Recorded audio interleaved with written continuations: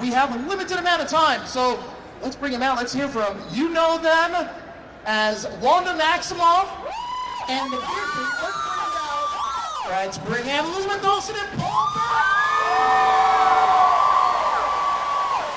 Hello. Welcome.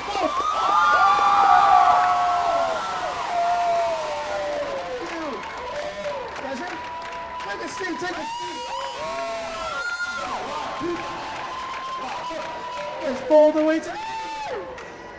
Like a fight at it, I feel like. It's like looking at me. Holy cow. Right? Like an endless sea of people. I love LA Comic-Con. This is my hometown. I love the cosplayers. I love the fandom. But for you guys, are you guys big fandoms? What are your big fandoms? What do you guys geek out about? It doesn't have to be like video games or... I'm watching Sopranos right now. First time? Is that first time? Yes. Amazing. I'm in season Boy, 5. you got your finger on the pulse. See a picture. So Sopranos is the show you're currently watching. Also, Slow horses. Slow Horses is incredible. Incredible. You know, those Apple Plus shows, man, I'll tell you what, they blew me away. Never watched one. No, they didn't plan. Well, look, welcome to LA Comic-Con. Look, and let's talk about Wanda, let's talk about the Vision, let's also talk about you guys. If you guys weren't sitting up here with me right now, and if you guys could hide amongst the fans and cosplay as any other character, what would you guys be cosplaying as to hide amongst the fans? Oh, Gary Oldman in Slow Horses. Because he can eat whatever he wants to eat. I'm already growing a beard, and he has one costume. No costume changes. Oh, perfect power. Alright, Gary Oldman in Slow Horses for Paul. Princess Peach? That's a good answer. That's a great answer.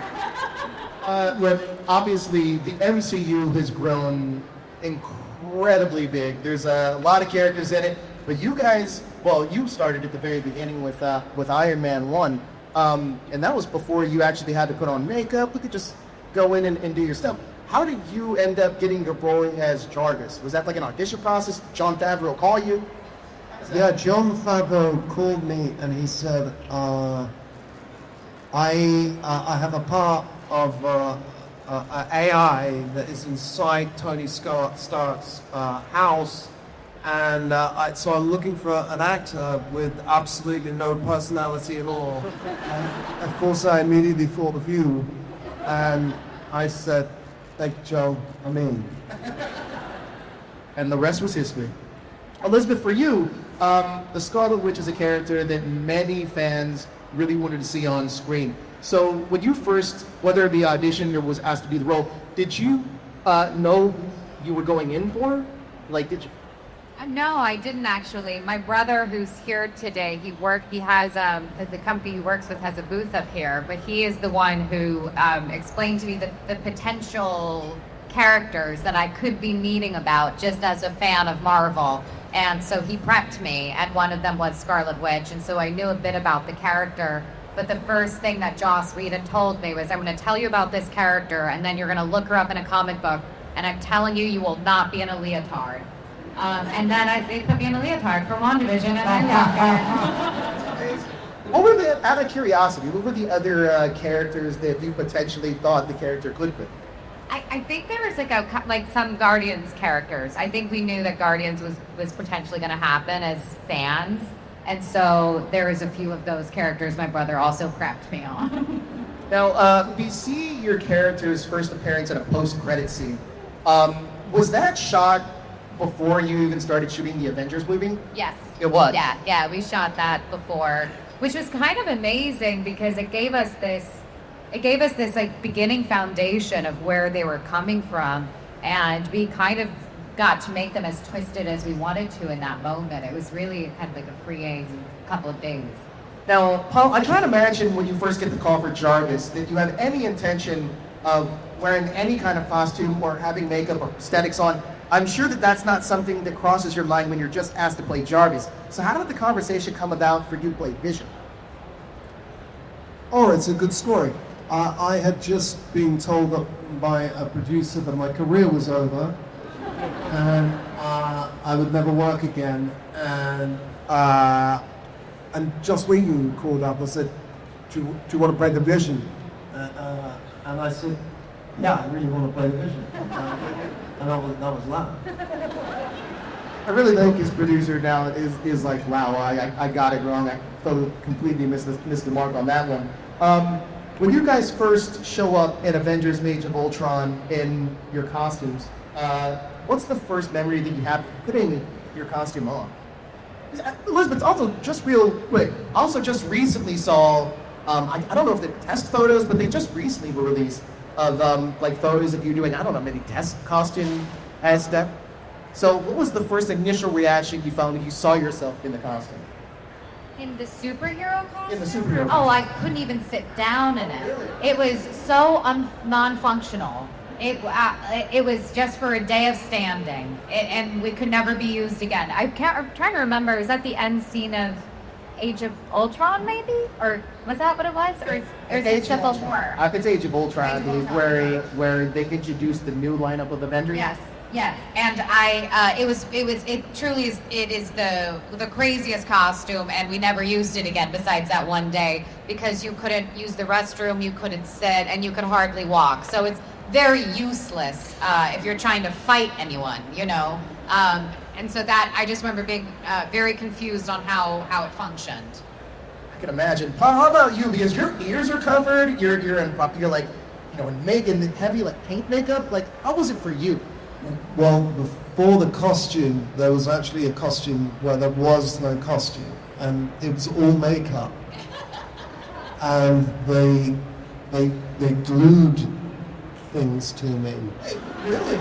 Yeah. I had no costume. I was a little nervous, as you can imagine, to show up in my trailer to get into my costume, and there was just a pair of underpants. It was nerve-wracking. And then they started sticking things to me, and it took about 5 hours, and then it took about 4 hours to get off. And they realized, oh, we can't shoot on him. We do that. So then they made me a costume. So they made you a costume mostly done out of efficiency to save money, essentially. Yeah. That's incredible. It's what they do in X-Men is what with oh gosh, what's that character? Mystique. Sure. That's how Mystique is a naked costume painted on her. Oh. But you didn't want to do that. You're not as tough as those women, Paul. Oh my God. I'm sorry, I love him so much. Hold on. Hold your horses. I was champing at the bit to relate to them.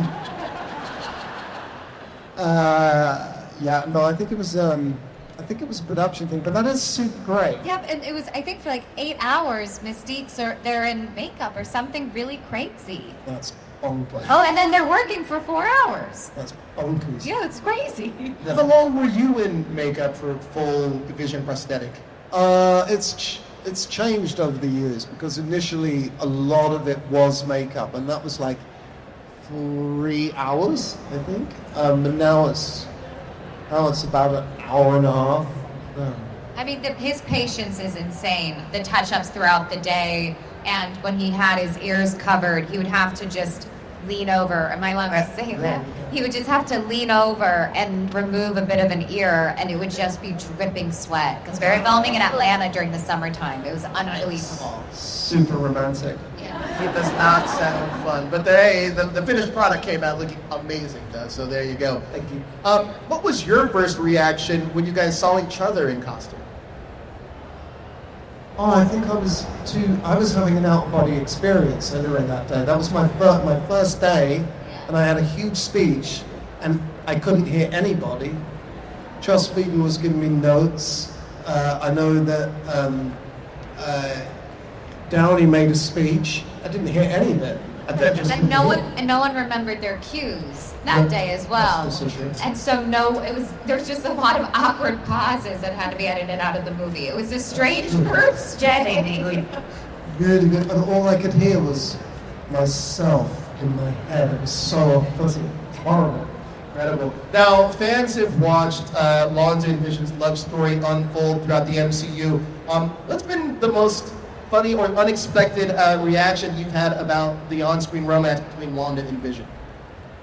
From fans, I just. Oh, I don't know.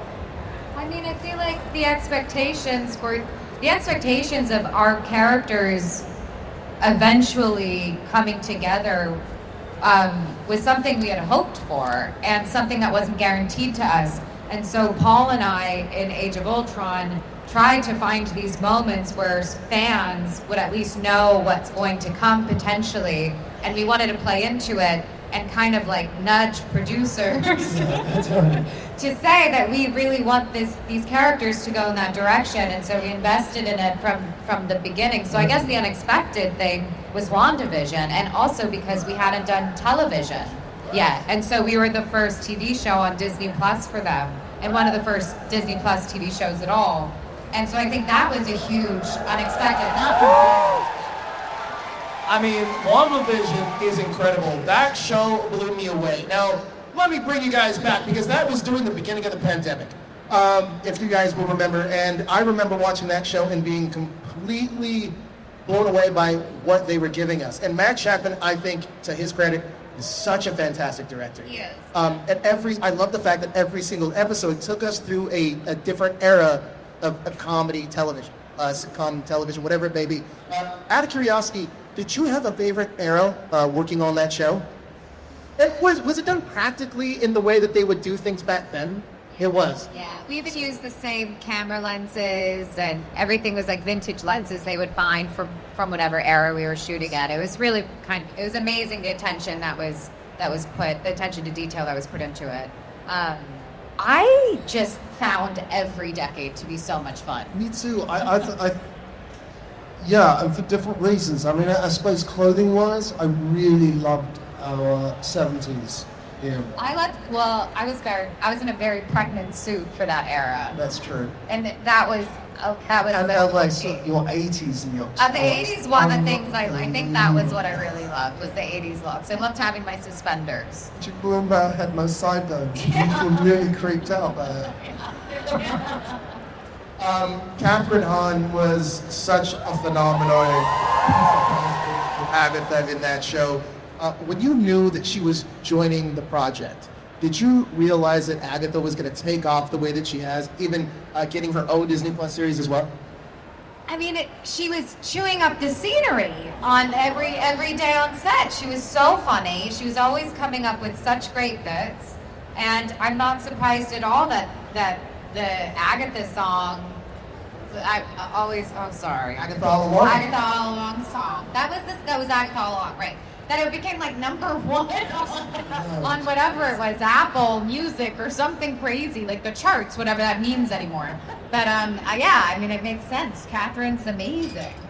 Now, working on, you were saying that Matt Shakman, he used old school camera, old school techniques. What did that version of filmmaking with him teach you guys about the process and your guys' process? Or is there a different outlook at all when you're doing a different style of filmmaking like he was making? Oh, yeah, for sure, yeah. And the first episode was filmed before a live audience.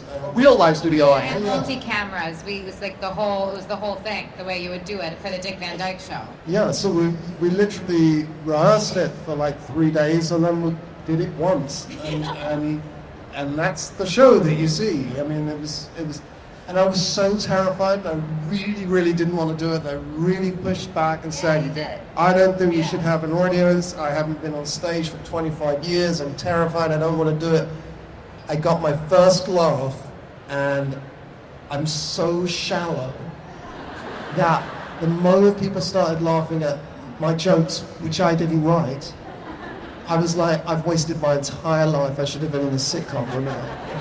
I have wasted my entire career. What have I been doing? Now, when you guys are first working on Avengers Age of Ultron, how much of the characters are kind of pitched to you in their overarching story within the MCU? Because it seems like WandaVision, at least for you guys, kind of came out of nowhere, if I'm not mistaken. Yeah. No, I've never been pitched more than like one thing at a time. Pretty fun. Just puts to rest those rumors if Wanda's far future. She's back in the MCU and all that stuff. So you're only pitched one project at a time as it comes. Yeah, basically. I when I went into WandaVision, like I had no idea what was. I had an idea that I was going to be in Doctor Strange.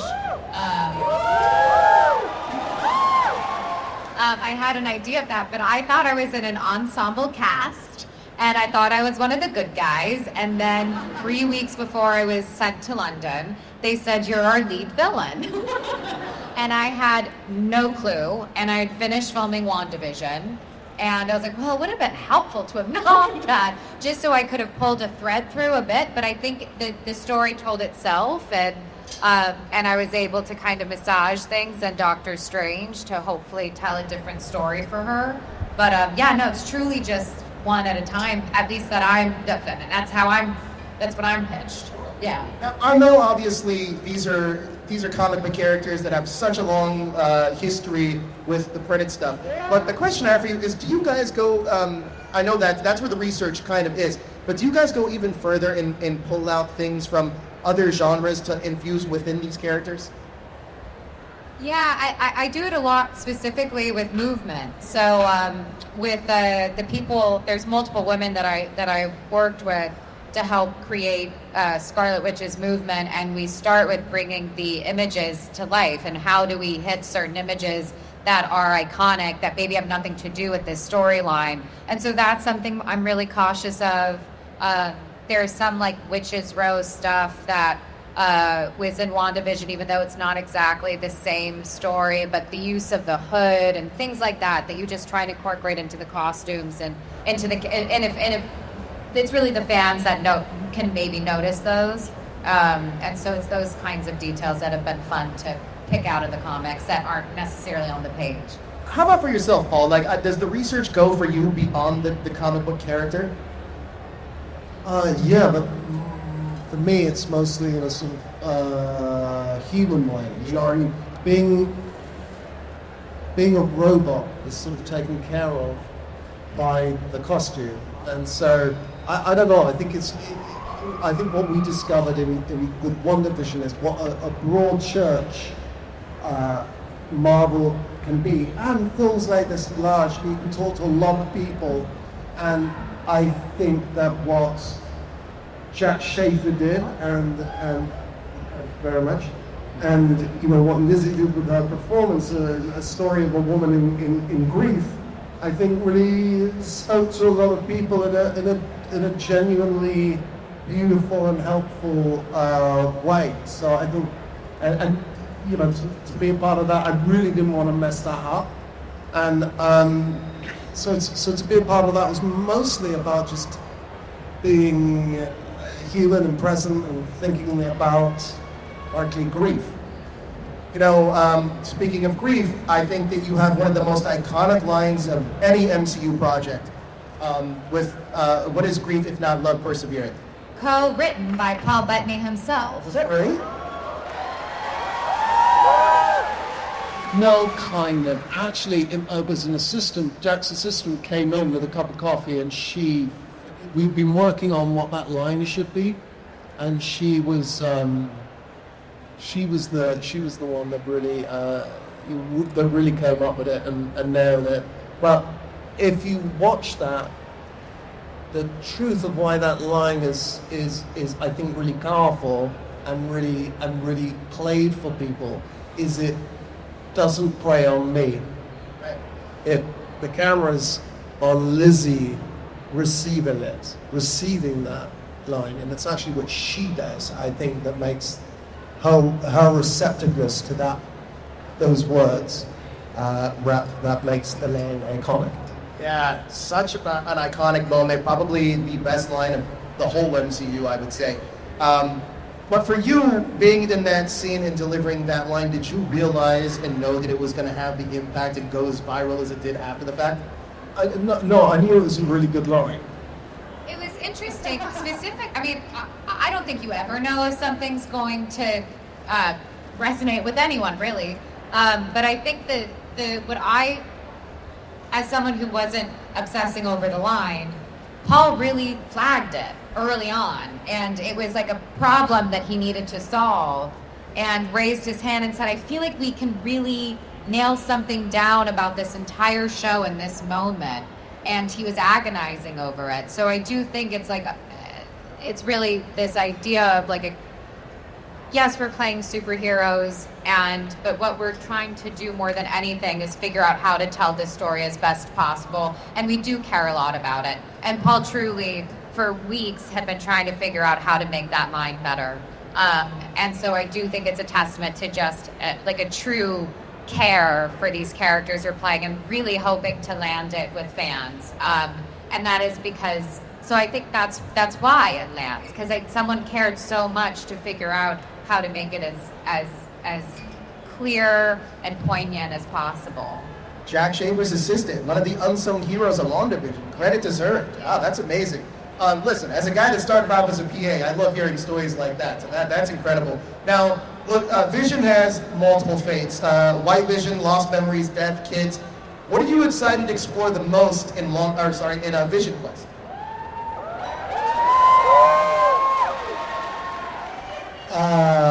Well, I can't say too much about it. I've already shot it, so I've already explored it.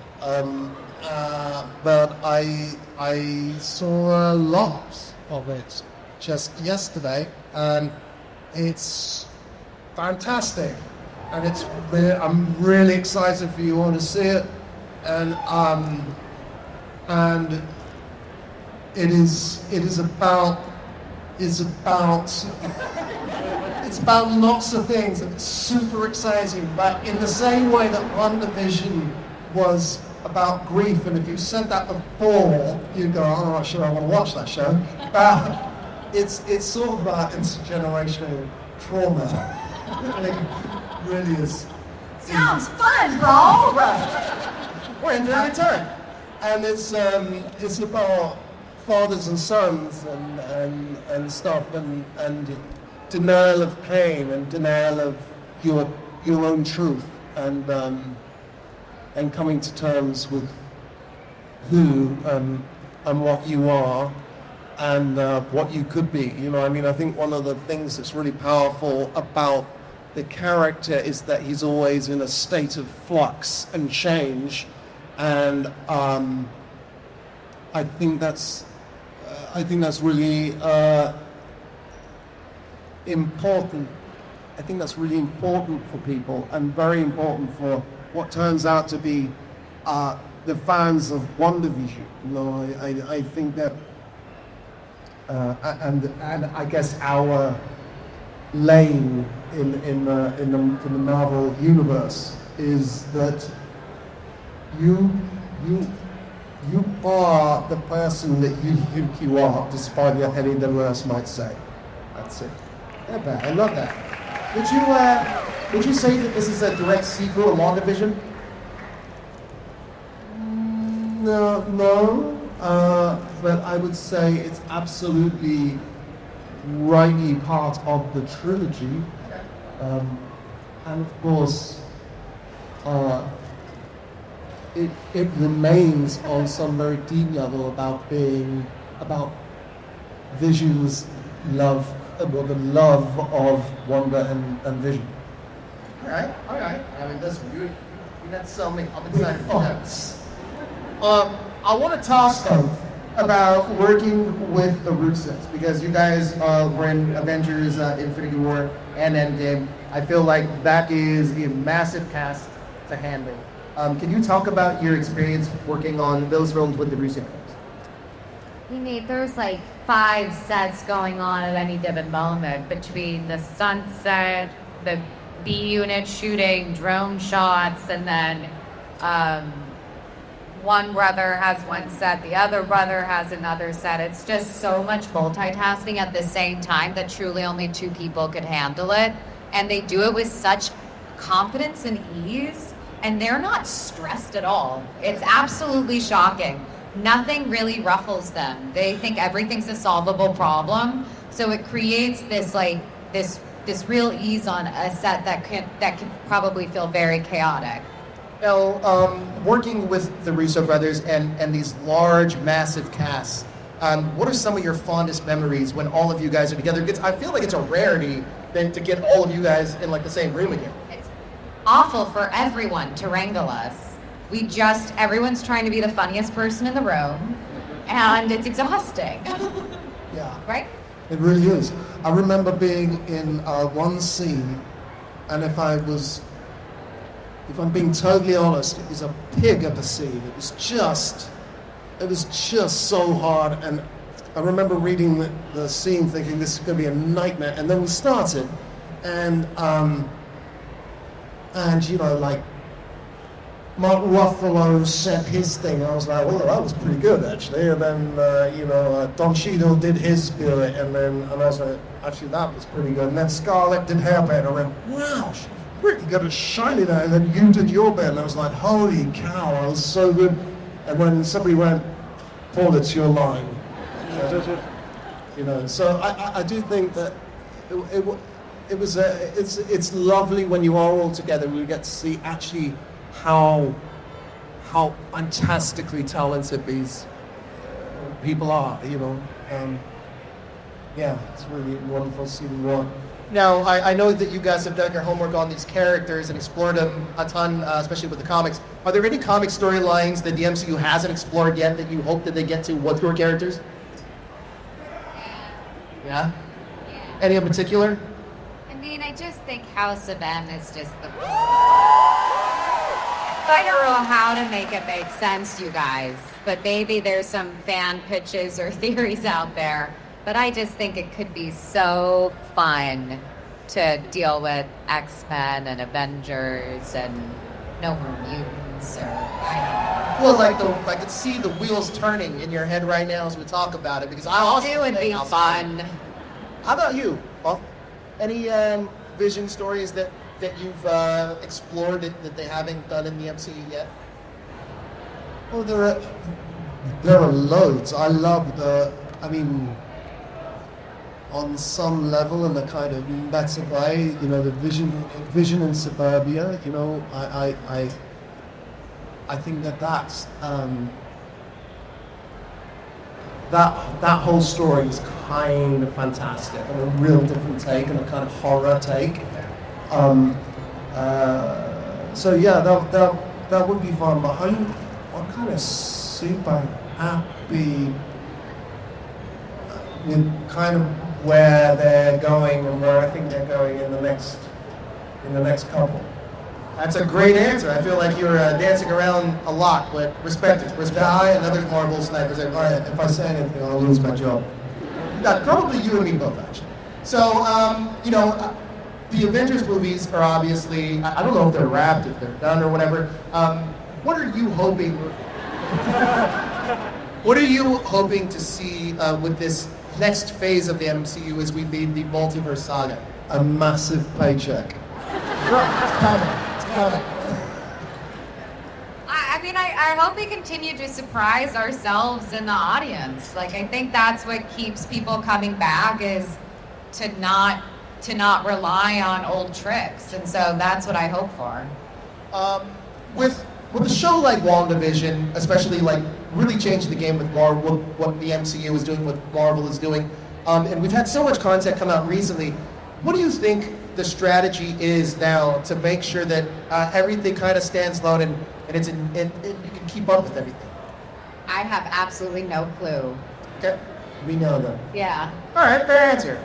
No one's asking us for strategy. I mean, look, yeah. I'll tell you what. If we get that House of M, I think that would be amazing. That would be awesome. That would be pretty awesome.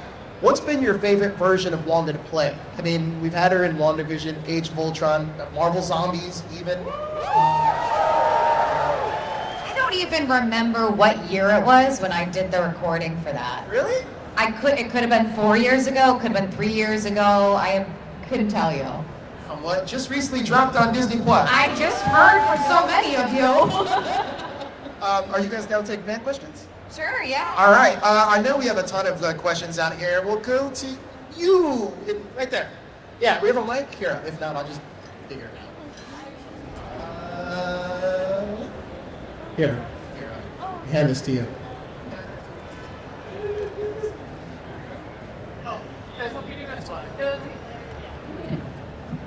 Okay, thank you, Joe. My question is for Lizzie Olsen. First of all, you're so beautiful inside and out. Thank you. And you've given so much heart to every character that you play. So I was wondering if that has ever inspired you to ever direct your own project someday, because you're so talented and you've inspired so many of us more than you can realize. Take the compliment, please. It's very sweet of you. I don't know. Maybe I'll direct something one day. Am I really? Yeah. I'll be the first call. I don't know. Paul's directed a beautiful feature, and I don't know. It's something I'd like to do, but it needs to be something that is completely mine, that I'm obsessed with, and there are a couple collaborations that I really am enjoying right now where I'm more hands-on, and I hope that they're capable of being made. You never really know, but you just kind of spend your time off caring about something else that you hope will have to see the light of day. And so I'm not sure what will, but it's something I think about, but it's not something I'm actively pursuing right now. But thank you. Thank you. Right here in the pink. So I just want to say, Paul, one of my favorite movies of all time is A Knight's Tale. It was my mom's favorite movie, and she passed when I was little, so it's one of the things that bonds us. And I just wanted to ask if you guys have a TV show or a movie that you feel that emotionally connected to. A Beautiful Mind's one of mine, actually, and I felt very lucky to tell you and Jen that at that wild dinner we had once with a bunch of other people, which was such a funny dinner. But that was a really important movie to me in that way. And so to talk to Jen and Paul about it, I don't know, it was when we were filming Age of Ultron. It was that long ago. Wow, really? Yeah. So that was, I know. So that was 10 years ago or something. Yeah. It's crazy. Time goes by fast. For me, you mean like a comfort thing? Oh, I don't know. I was one that made me emotional immediately thinking about it was the one. Comfort is First Wives Club. That's something else. I don't know, maybe like Princess Bride or something. Probably, yeah. That's what I hope that they Makes so never much make. sense for you. Sorry. No, it's all Or maybe It's a Wonderful Life. Christmas. Second person that we've talked to on the panel said Wonderful Life is one of their comfort movies. It's a great film. We got more hands. We got this guy in the blue shirt. Thank you very much, guys, for letting me ask this question. Okay, personality speaking, which part of the characters do you think you guys have in your regular life for Wanda and Vision? Which part of the characters do you guys think you have in your regular life? Or embody in your regular life? I think it changes. I mean, there's so much of, with work, it's like you have a story that it almost forces you to have to dig for something inside yourself, and so there's always something. And whether it's with WandaVision, you start digging into something else that maybe that is more about grief or oppression or loss or love. And then with Doctor Strange, it's something else. It's of anger and a lot of anger and resentment and fear. And so I think depending on what the story is, our jobs are to potentially look inward and see what we can pull in from ourselves to make that story function or work or be imbued with like a soul. And so I think there's always something. I think that was so eloquently answered. I think that, yes, it's different each time. Like in WandaVision, there was a goofiness to Vision in that I have in my daily life, and also in Visionquest, for instance, there are big questions to ask yourself about what it is to be a father and what it is to be a son, and those are questions that I have, of course, asked myself as a father of 3 children. So I think it changes all the time. Incredible. Thank you. Who else we got? Right here? Hi. Elizabeth, want to ask, with Halloween coming up, of course, you explored the darker side of his fellow witch. What was it like to be the queen of the dead in Marvel Zombies? What was it like to be the queen of the dead? You guys, I truly recorded that years ago. And You can't remember. I can't remember anything. I can't remember anything. I need to watch it. I have no idea what Marvel Zombies, what happens. I filmed it. It's my voice. I did it in my house. I wasn't even in an office space. Like, I'm so confused. I was like, this must have been 2020? Was it 2021? Why was I working in my house and not in a studio? So I really have no idea what it was like. I'm so sorry. It could have been during the pandemic era. Truly. Now that we're talking about it. That's how long animation takes. Animation takes ages. I mean, the animation is pretty gorgeous. It looks pretty amazing. Hello, let's see where we got. Over here, this guy in the red hat. This one's for Paul. Like the last guy said, Knight's Tale was one of my favorite movies. And one of the best scenes is your being the herald for the last night at the very end. Has anybody asked you to do a speech for them to introduce them to something like you did for Heath Ledger at the end of that movie? Yeah, it was a really long time ago. I mean, it was like another lifetime ago, and people do come up, sometimes people come up to me on the street and quote things at me, and I literally can't remember, and I can't remember any of it. I saw it when it first came out. I've never seen it again since. There are lots of reasons for that, and one is, just one of them is that I miss Heath too much. Okay. Awesome. Let's go right here. Dude in black here. Hey guys, Wonder Man's coming to the MCU on Disney Plus. Wanda and Vision are part of a love triangle with Wonder Man. How would you like to see that love affair, if it is to be told in the MCU, between you two and Wonder Man? I think both of the gentlemen are fighting for the ladies, so... Wonder Man's coming to the MCU, and in the comics there's a bit of a love triangle between Wonder Man, Vision, and Wanda. Is that something that you would like to see played out on screen? I feel like I'm too old for that kind of... Vision has to deal with kids now. I just made a movie about not a love triangle, but a woman who's choosing between her two dead husbands in the afterlife, and how I feel like I feel okay with not doing another movie about two men wanting my love or something for a minute. Good answer. Good answer.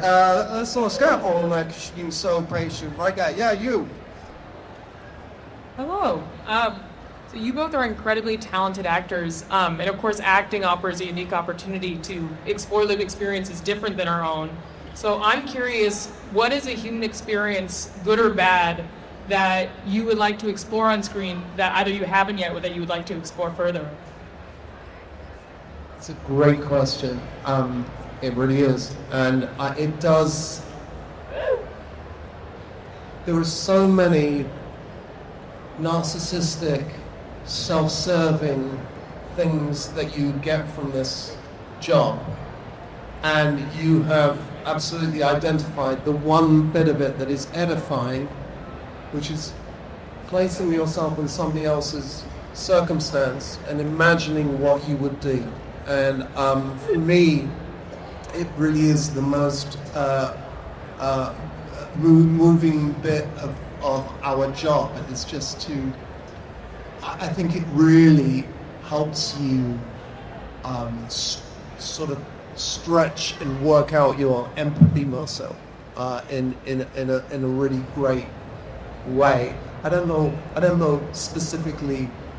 I don't have in my head specifically the person, the thing that I would like to explore. But what I do know is that if I was just confined to playing one thing that I just am,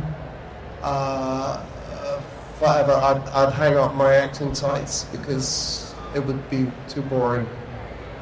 That's a great answer. I think that's a great answer too. Let's say, right here. Sorry.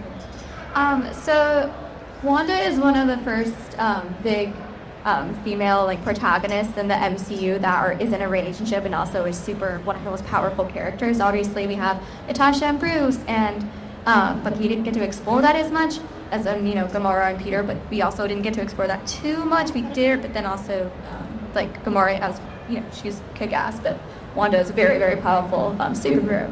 So was there any discussions before or during shooting about you being this strong female character, but also having a really strong relationship with another strong-looking person?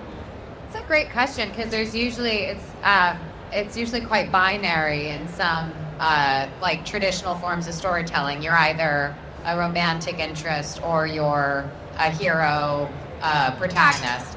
And I don't know, I think it might have been something that Jack Schaefer and I spoke about once, I'm not sure, but I do know what she and I did talk about. We were doing WandaVision, was this idea of the many things a woman can be, even as a mother, which is why it was so nice getting to go through the different decades of what are expected of mothers, and Wanda sort of breaking down in Modern Family style in her depression, basically.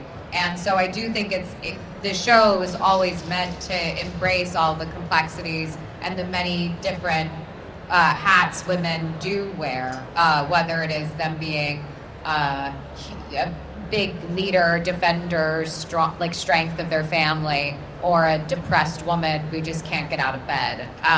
And I think all of those things we tried to embrace with her, which I know is important to Jack Schaefer. So we had those kinds of conversations, maybe not so much just the love and powerful part, but it was about hoping to embrace all those complexities and showcase them in a superhero.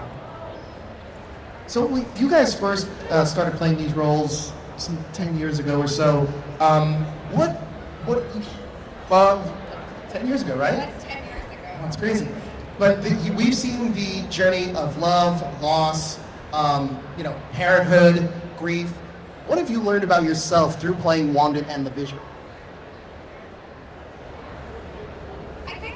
This might not be specifically from the character, but what I've loved most every time I get the opportunity to be put back in her shoes is almost just as a storyteller, trying to figure out how to place something in a surprising way, something that maybe hasn't been seen yet of the character, and you do need story to back that up for you.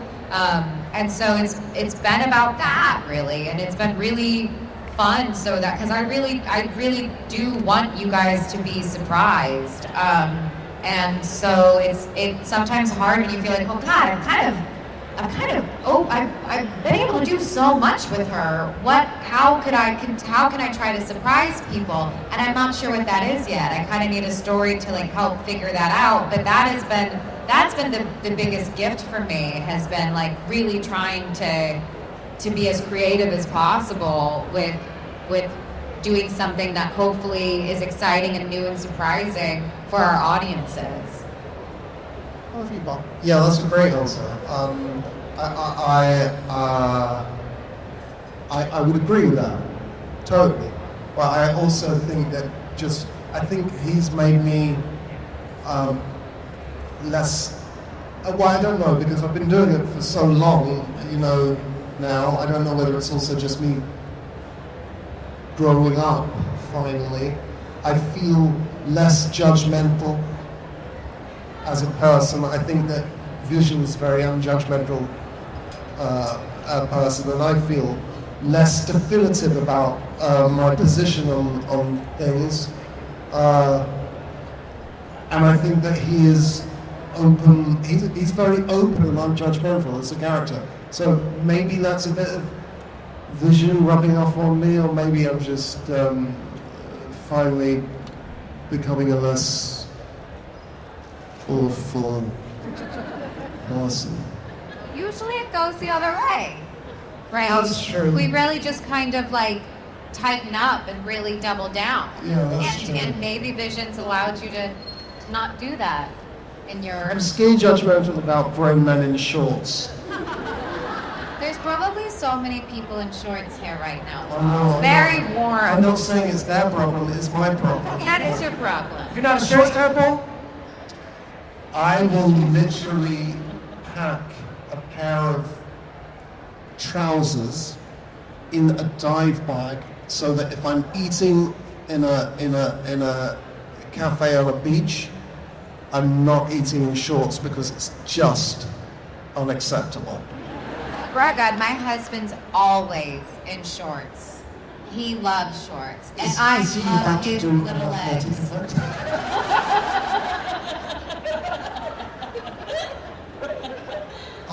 Your delivery of "I love his little legs." That's the greatest thing I've ever done. So that's where we're drawing the line is sports. That is the appropriate time. Hiking is that a sport? Okay, hiking, yes. If you're about to do an athletic event or you're right by a body of water, then yes. But if you're in New York City, what do you do wearing shorts? Sometimes unless you're in shorts. Not in New York though. I know, I live there. I put on trousers. You're built differently, my friend. Well, you haven't seen my legs. Actual issue. On that note, I think that's all the time we have, unfortunately. But for all of you guys that want to meet them, I'm pretty sure I think it might be sold out for your guys' photo op and meeting you guys. But if not, they're here. Meet them at their booth. Thank you guys so much for joining us. Thank you so much. And thank you so much for still caring. Hey, it's an amazing show. You guys are amazing at what you do. Let's hear for Paul Bettany and Elizabeth. Amazing.